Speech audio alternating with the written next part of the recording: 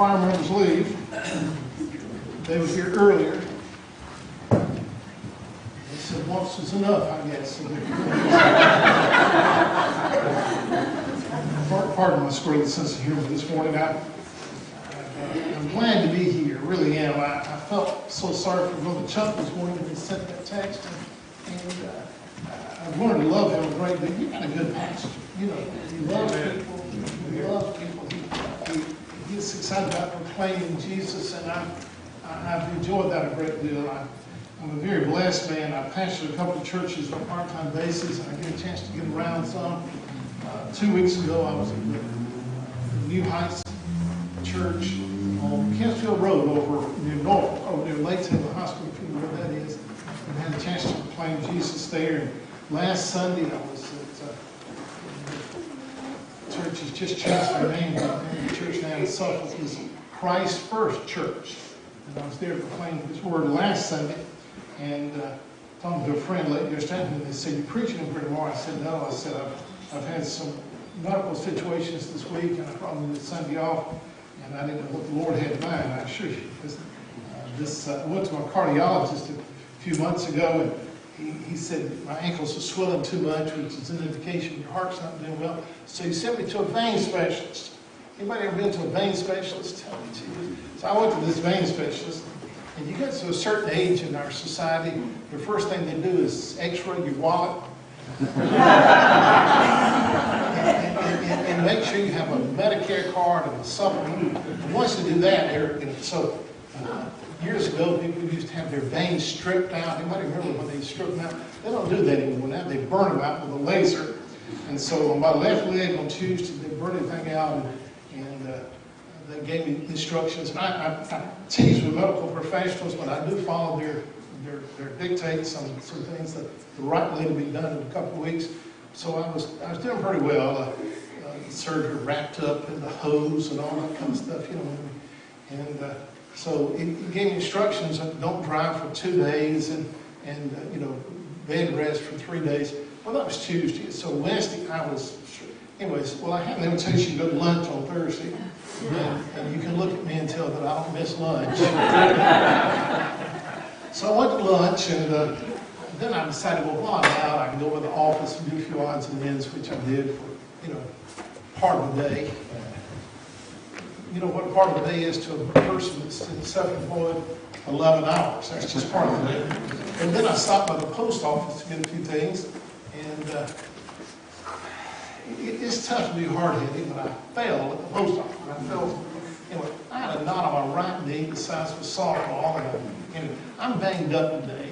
So if you wonder why I don't move around real well, I don't usually move around real well, but I'm slower now than ever.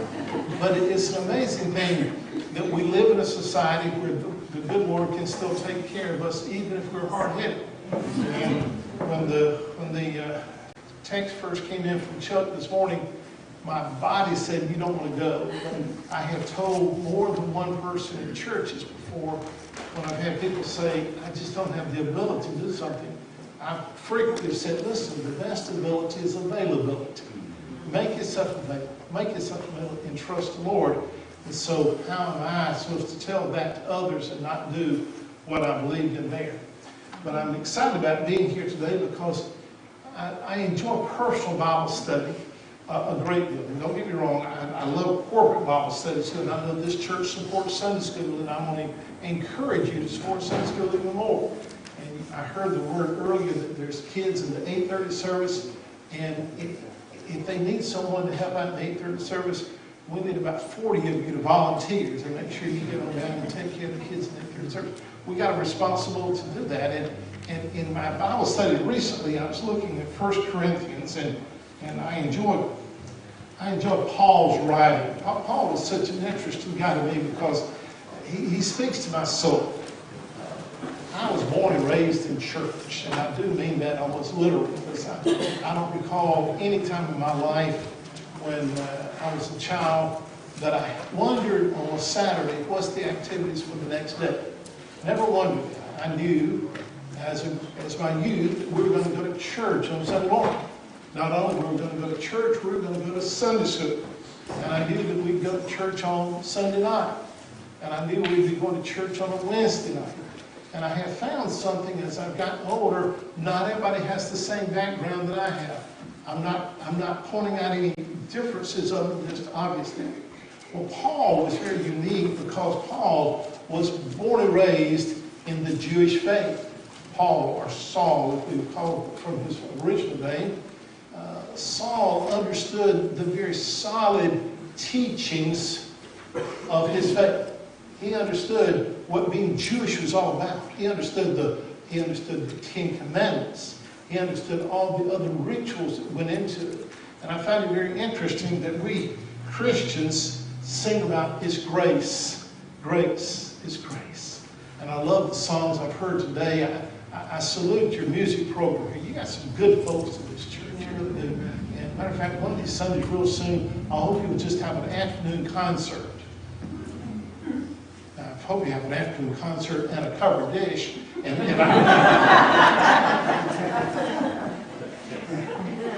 I'll come to one of those.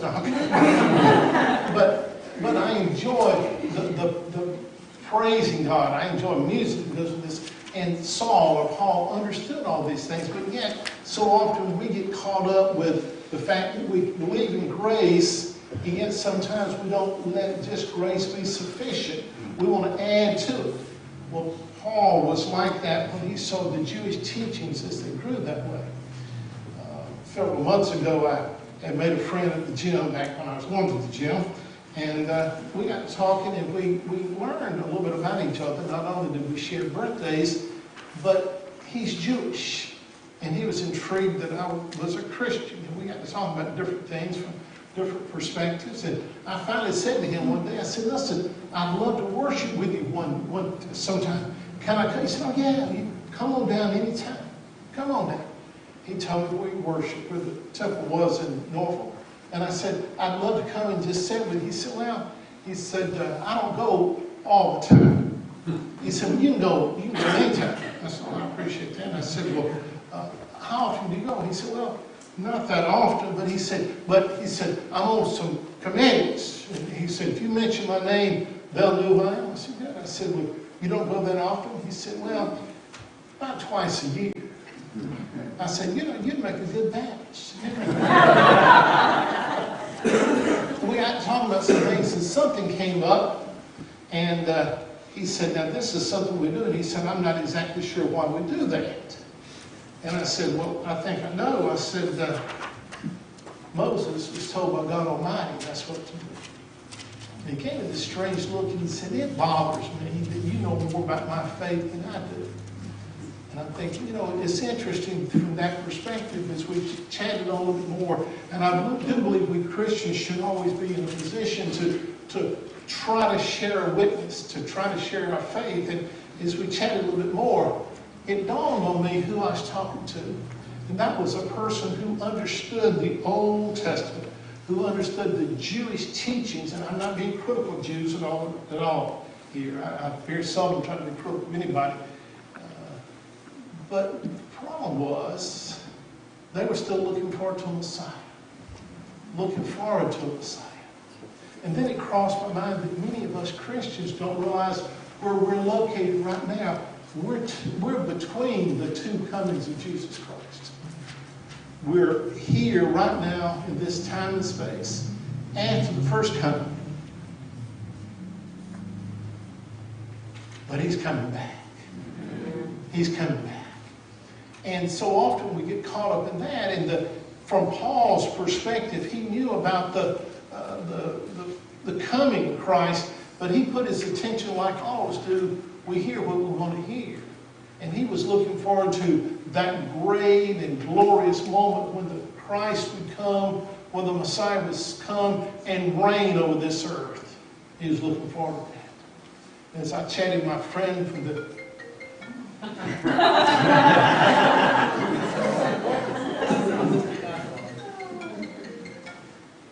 they're probably wanting to let me know that they've been checking on my car warranty. I apologize. I thought at first I'd been choked saying, wait, I'm on the way. I apologize to you. That's That's embarrassing. I'm sorry.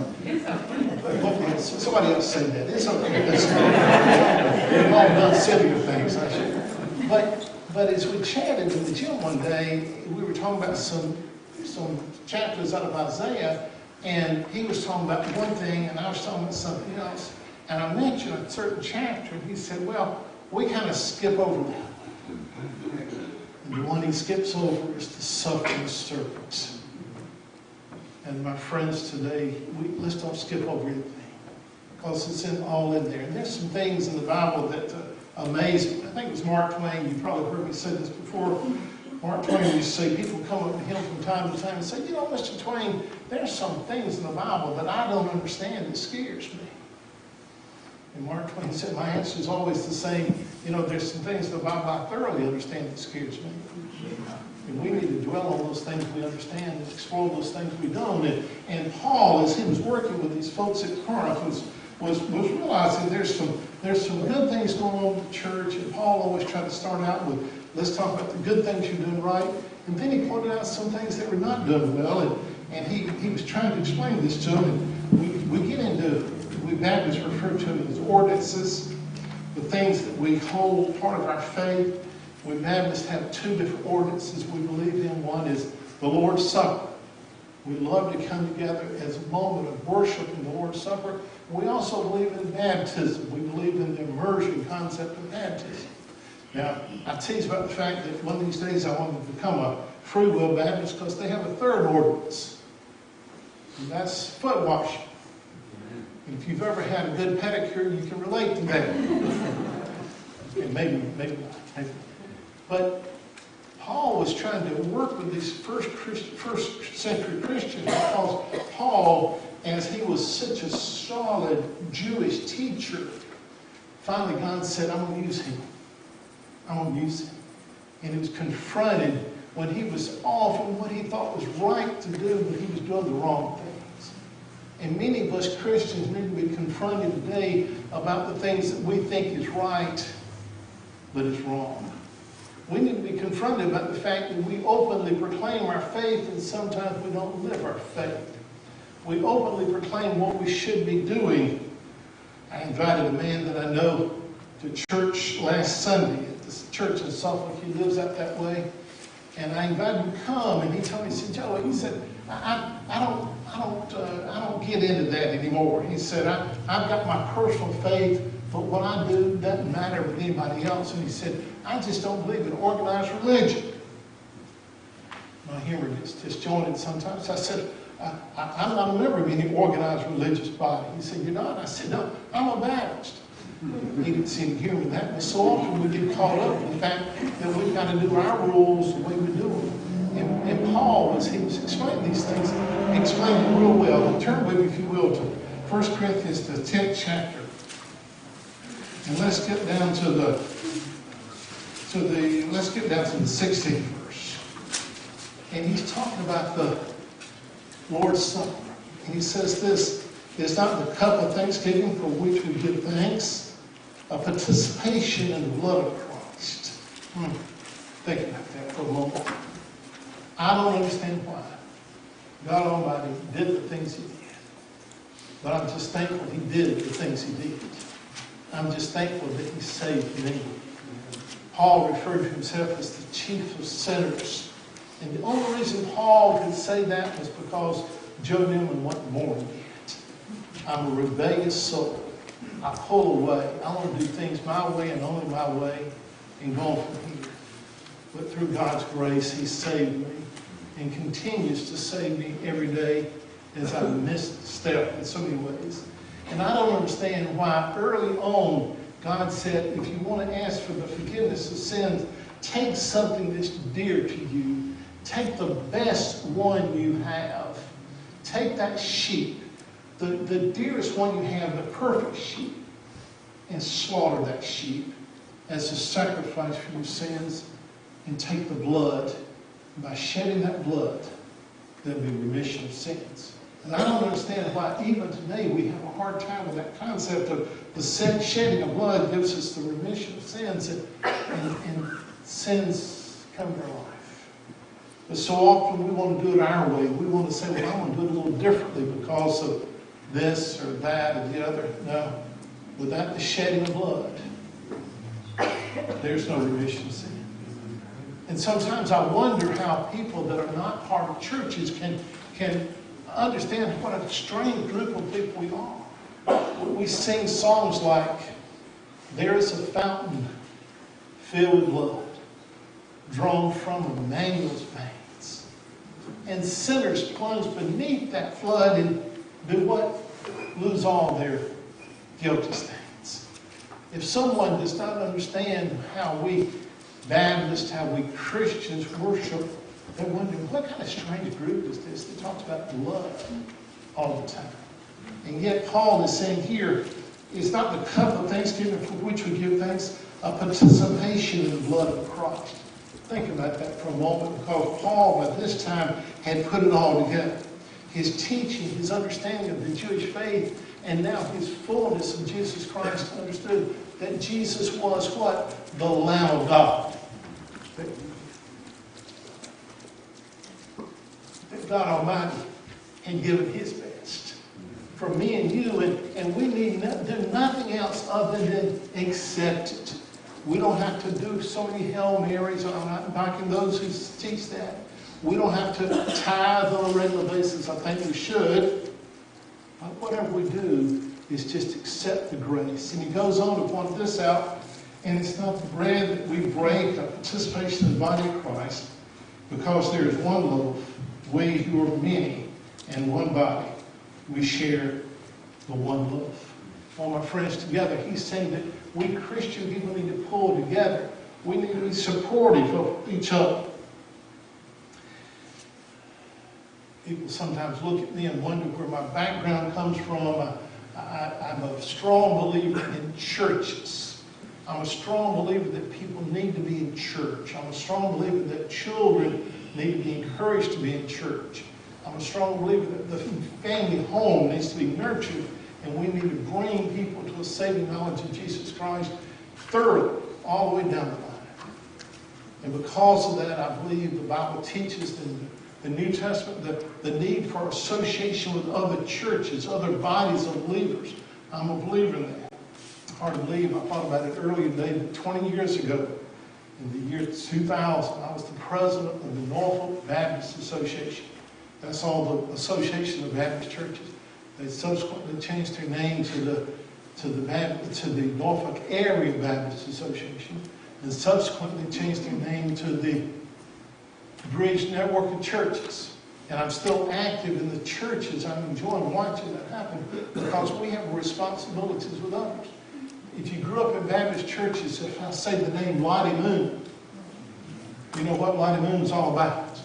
If I say the name Annie Armstrong, you know what the name's all about. I was talking to a minister of education one day, shared with me, he was in a church in Ohio one day, and he had stopped by a Sunday school class and had mentioned to the ladies in that Sunday school class, an older group, he said, now, listen, y'all don't forget the Lottie Moon Christmas song. And he said, as he walked out, he overheard one of the ladies say, are we still giving money for Lottie Moon? And they said, yeah. They said, when is that girl ever going to get through college? True story. Some people we just miss some things that are going on. I was in a conversation not so long ago with the dean down at Southeastern Theological Seminary, a Southern Baptist Seminary in Wake Forest. And he shared with me that one of the concerns he had as a dean.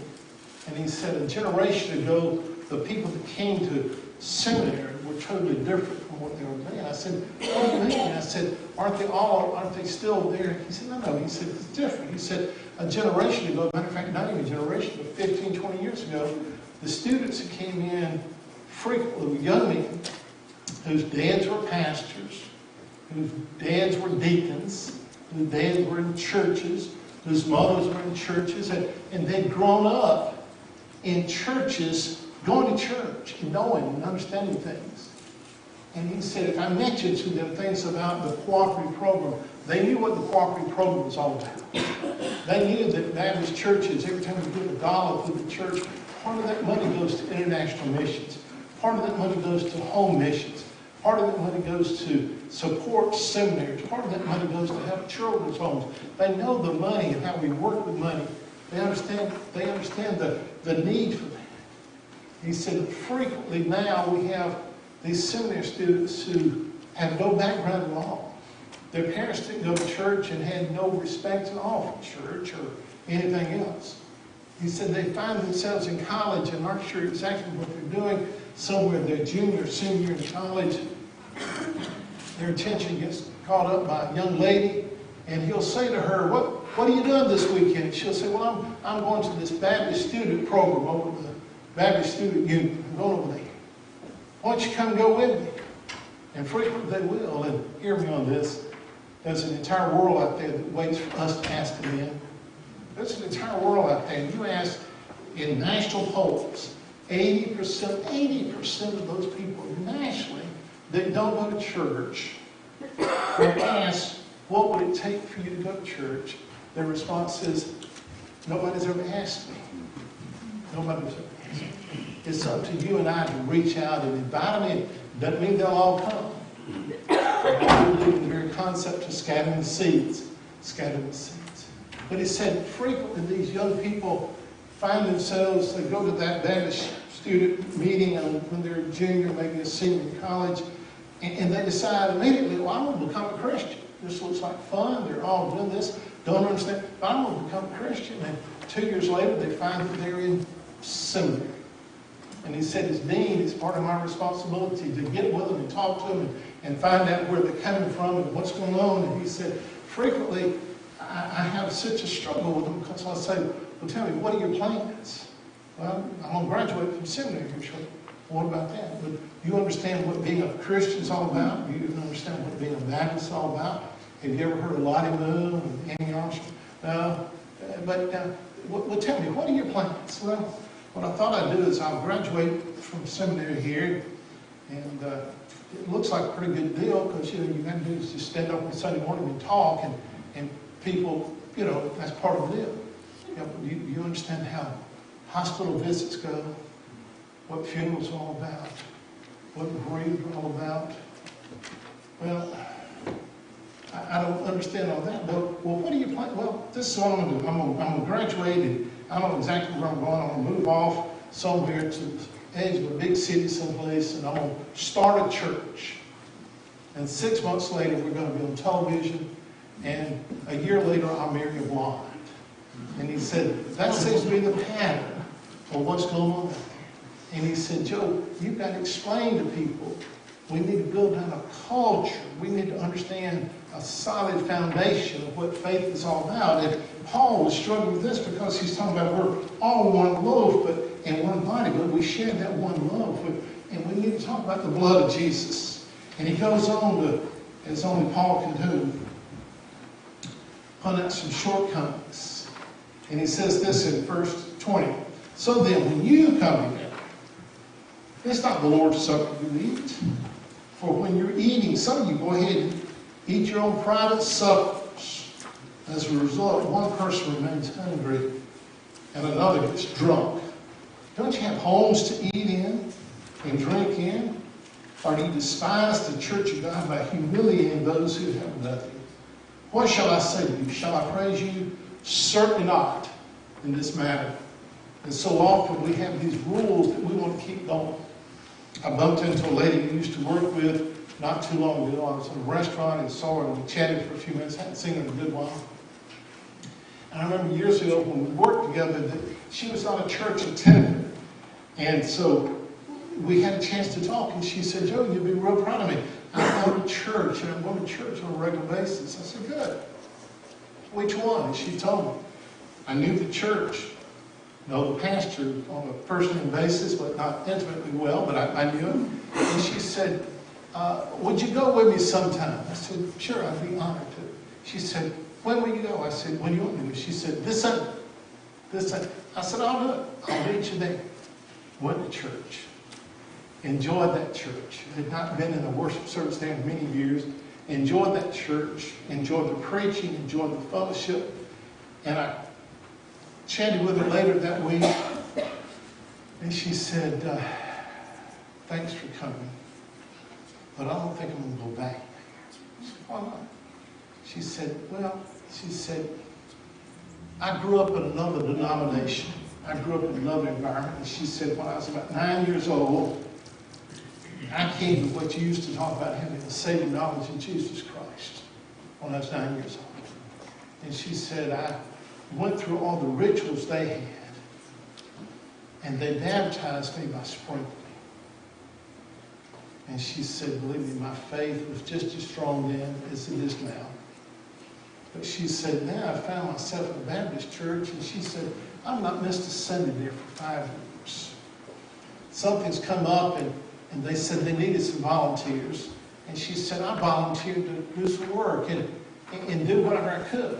And she said, is that the right thing to do? I said, it's totally the right thing to do. Volunteer, get out there and be part of it. And she said, we were in a committee meeting the other day, and I told them I'd be glad to have the baptism. And she said, one of the ladies said, well, what do you know about baptism? She said, well, I told her what I know about baptism. And this lady said, have you ever been immersed? And she said, my heart has been, but I was sprinkled. And she said, the lady changed the tone of her voice, and as harsh as she could, pointed her finger right at my nose and said, if you've never been immersed, you're not saved. Oh, my friends, we're teaching the wrong stuff. Let us extend grace to others, even as God has extended grace to us. And Paul was struggling with these people who had their own little concept of, it's just enough for me. And you've heard people say before, oh, dear Lord, bless me and my wife, and my son and his wife, us four, no more. And sometimes they teach that by how they worship. My friends, today there's a lost and dying world outside our doors, not far from this building. And they're looking to us to make sure that we're open and we teach grace, that we understand grace. And Paul was so concerned about this. He goes on to say in verse 23, for I received from the Lord what I passed on you. The Lord Jesus, on the night he was betrayed, took bread. And when he had given thanks, he broke it and said, this is my body, which is for you. Do this in remembrance of me. And so often we get caught up with these other cultural things that we want to do. And my friends, every time we come to worship, we need to be thinking about Jesus Christ. Every time we do the Lord's Supper, we need to be thinking about Jesus Christ. It's not anything we've done other than accepting that full grace of His. Well, I'm concerned about where our society is going. I really am. Not that I'm screaming in the wrong direction. It's just the fact that sometimes we're not aware of what's going on. I love to study demographics. I love to study the changing of people and how people change. And to the young people today, and it thrills me to see younger people here today, I want to share something with you. We have grown up in a country, a society, where Christians were free to worship as we want to. This young generation may well be the first generation to face open persecution in this country. In this country. Demographers tell us that it takes the birth rate of about 2.1 children for every family to maintain the generations, to maintain the balance. Today in America, the birth rate for couples today, for traditional Americans, is 1.6. Once it gets to 1.8 in history, that culture then declines. You'll hear something that I find unique, and that is they're talking about the browning of America, and it's coming. Hear me when I say this, though. The birth rate of Muslims in this country is 8.1. You understand the numbers of what I'm saying? We will be a minority within 20 years.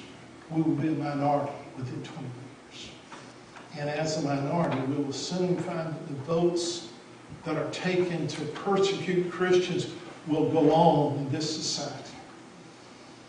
2 weeks ago, I was invited up. It was an honor. I was invited up to the state senate in Richmond. to do the opening prayer for the state senate. And I was intrigued as I did that. There's 40 people statewide that represent us in Richmond. I'm amazed that for the first time in history, from Chesterfield County, there's a Muslim elected to the state senate here in our society.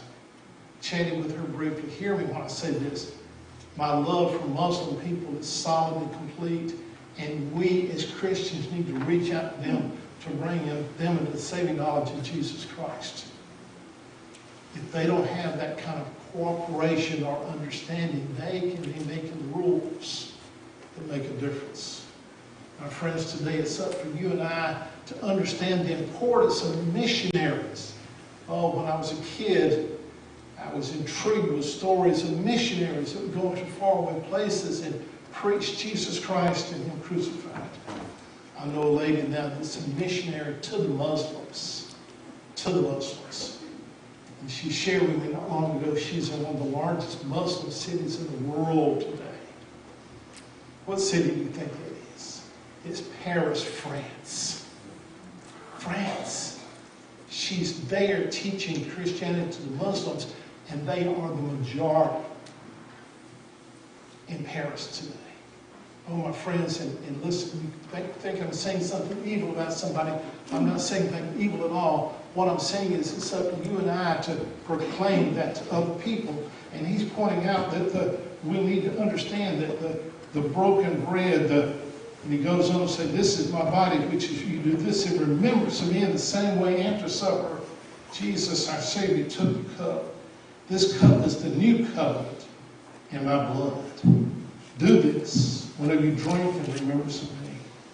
For whenever you eat this bread and drink this cup, you proclaim the Lord's death until He comes. Well, my friends, I do believe very solidly, because I see it firsthand, in the first coming of Jesus Christ.